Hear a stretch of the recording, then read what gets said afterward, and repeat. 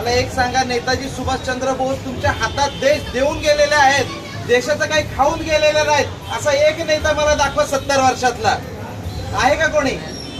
देश खायला सगळे इथं आले, देश खाऊन देशाचं वाट लावून राख रांगोळी करून परत सत्ता भोगायला इथं आलेले आहेत, पण देश तुमच्या हातात देऊन गेलेले भगतसिंग, सुभाषचंद्र बोस, जे फासावती क्रांतिकारी लोक गेले ते लोक, त्यांनी जीवाचे बलिदान देऊन आपला देश वाचवलेला आहे. तर त्याचपैकी तुमचे अशोक शेलार जे आहेत त्याच विचारांचे आहेत. आणि लक्षात घ्या, देशाला सुभाषचंद्र बोस आपल्या जनतेला देश स्वाधीन करून गेलेले आहेत आणि ते अशोक शेलार सुद्धा त्याच विचाराचे असल्या कारणाने महापालिकेला सुख सुविधा निर्माण करून नागरिकांसाठी, नागरिकांना विकासासाठी, आरोग्यासाठी, वॉटर गटर आणि मीटर हे प्रश्न मिटवण्यासाठी महापालिकेत चाललेले आहेत. पैसे खाण्यासाठी चाललेले नाहीयेत. पैसे खाणाऱ्यांपैकी ते नाहीयेत. इतर पक्षांसारखी दुकानदारी करायला ते चाललेले नाही, तर तुमच्या आणि माझ्या हितासाठी ते चाललेले आहेत. त्यांना महापालिकेत पाठवायचं का भ्रष्टाचारांना मतं देऊन परत रडत बसायचं, परत गुंतायचं?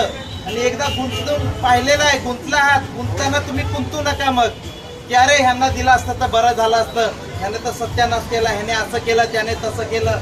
आज कुठल्याही क्षेत्रात जा, राजकारणामध्ये जा, मी आमदार असेल तर माझा मुलगा आमदार होईल, मी नगरसेवक असेल तर माझी बायको होईल, बायको नाही तर मुलगा होईल, नाही तर सून होईल. उपेक्षितांनी कुठं जायचंय? सामान्य नागरिकांनी कुठे जायचंय? सामान्य नागरिकांना निवडणूक लढवण्याचा अधिकार नसतो का? पण सामान्य नागरिक घाबरतो. नेताजी सुभाषचंद्र बोस त्यावेळेला ICS झालेले होते आणि ती परीक्षा लंडनमध्ये व्हायची. जगाच्या परीक्षेमध्ये ते 4थ्या क्रमांकावरती पास झालेले होते.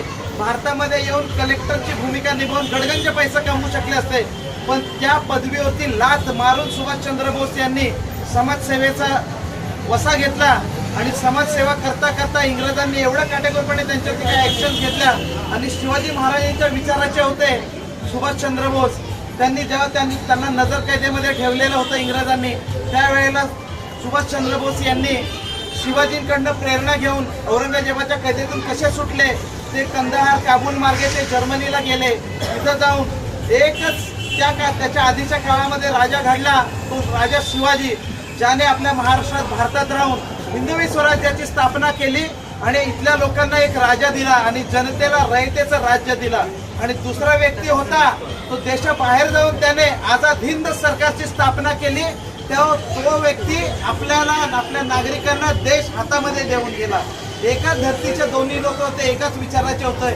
त्याच्यानंतर आम्हाला कल्याण डोंबिवलीमध्ये शिवाजी सारखा, नेताजी सुभाषचंद्र बोस सारखा जर का व्यक्ती घडवायचा असेल आणि त्या कुवतीचा माणूस असेल तर हा हे शेलारच आहेत. याच्यासाठी तुम्हाला सगळ्यांना विनंती आहे, राजा घडतो फक्त नागरिकांच्या मदतीने आणि नागरिकांच्या सहकार्याने.